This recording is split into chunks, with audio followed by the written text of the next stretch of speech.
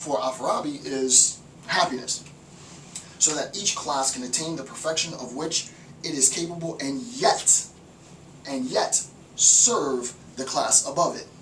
So I erased it. I'll put it back up. So we have 3. We have the citizens. We have 2, the followers, and we have 1, the philosophers. Okay. So you want to maximize your capability, right? You want to maximize your capability, but you also have a duty, right? You have a duty to serve. You serve the group above you. You serve the citizens, serve the followers serve the philosophers, and we're about to see the conclusion. So I drew, despite the fact that this is advanced, I still drew a rather trite visual representation.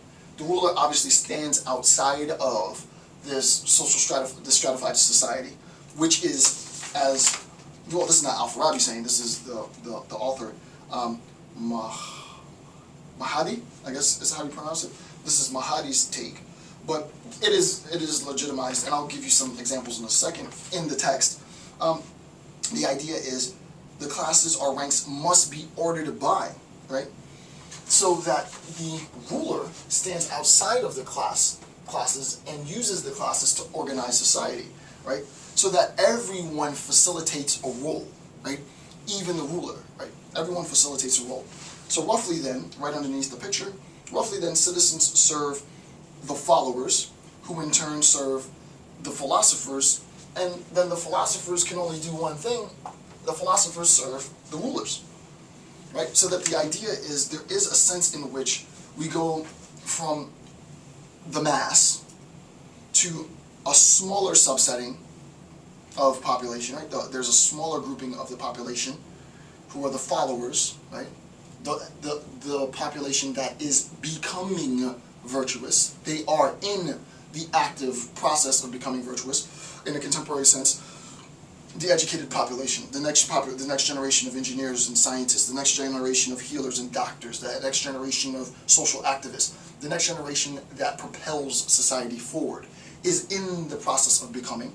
And then you have those of us who are in actively positions of not becoming but being, right? As a professional academic, as a social intellectual, as what I think I am, as I classify myself as a human right, maybe virtual human rights activist, as a human rights activist, giving you lectures for free at frickin', 6, 7 o'clock in the morning. I'm doing it. I'm not trying to do it, I'm doing it. In a sense then, I serve the needs of those who seek, and this sounds really bad, but this is Al-Farabi, this is not me. I serve the needs, I should be cognizant of this, I serve the needs then of the rulers, right, of the ruling class. Why? Because they need people like me in order to organize society. And this becomes the tension, right? You have people who get to this position and they get full of themselves and they get ego and they get really elitist and they become more detached from the needs of the people. And then you have those of us, probably emblematically Fourier, who rises to this level and he's still rooted in the ground, right? The goal is really to be like him, right? Where you can serve the needs of the ruling class, but you don't become so detached from human experience that you no longer care, right? Me personally, and this is a side note now, me personally actively doing this almost daily. I'm always doing this because I gotta prepare notes, I gotta read, I gotta shoot. It's like a nonstop, it really is a nonstop process.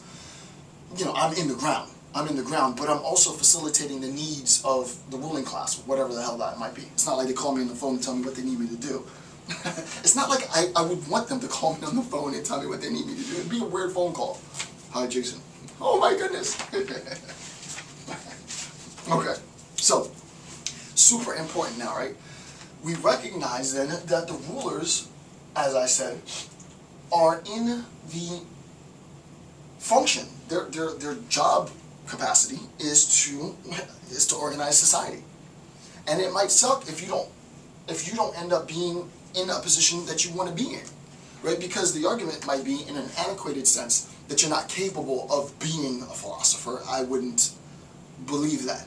And I've done videos on this myself saying that as far as socio-demographically within the United States, don't look the part.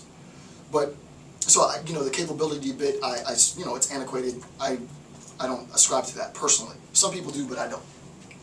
With respect to the second half, the idea of service, what we have to recognize, and this is critical, that there is an obligation to serve. I mean, what JFK said was, think about how short and how brief his presence politically was, and then you think about the legacy of, in the States, it's like monarchy almost. To evoke the word Kennedy is like to evoke the status of the Queen or the King, right? The Kennedys, that's royalty, right? And I think justifiably so. The question is, why is it legitimized? What, just because they were good looking, they were a good looking couple, that's why? No. Well, think about what he said. Think about what he did, but really think about what he said. And I've analyzed Kennedy's speeches systematically in my critical thinking discourse. He's done a lot of sort of groundbreaking stuff. The dude is like, don't ask what we can do for you, but what you can do for us. The balls of the dude, man, to be like, don't ask what the government can do for you. What can you do for us? What can you do to serve? Right? What can you do to serve? But the idea is you might not want to accept it. And I'm not telling you that you should. Because as you saw on the first page of the lecture, I am in the position of the philosopher. I have to do it. In this role, I have to serve. I am obligated to serve.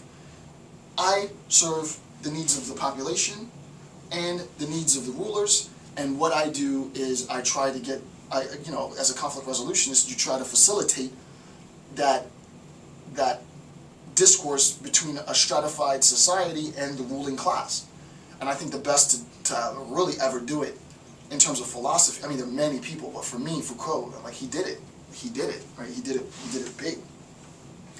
When there is a failure to do this, you have, as I said in the example leading up to this, you have a society that could potentially be undermined by corruption, by evil, right? You have a population base that wants a ruler to destroy.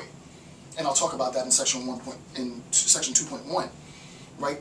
Given the caveats of not generalizing and such. So now let's look at sort of the manifestation of evil within the regime according to Al-Farabi. And this is a direct quote from him now, not from secondary source. Quote, "Evil does not exist at all, not in anything of these worlds, and in general, in that whose existence is not at all due to human volition. That is because evil is of two types." So we have two types of evil, according to Al-Farabi. This is super important. The first type of evil. One is the misery opposite to happiness. One is the misery opposite to happiness. And the second is everything such that misery is obtained by means of it. Think about that. So first, we have as opposite to happiness. And then the second is everything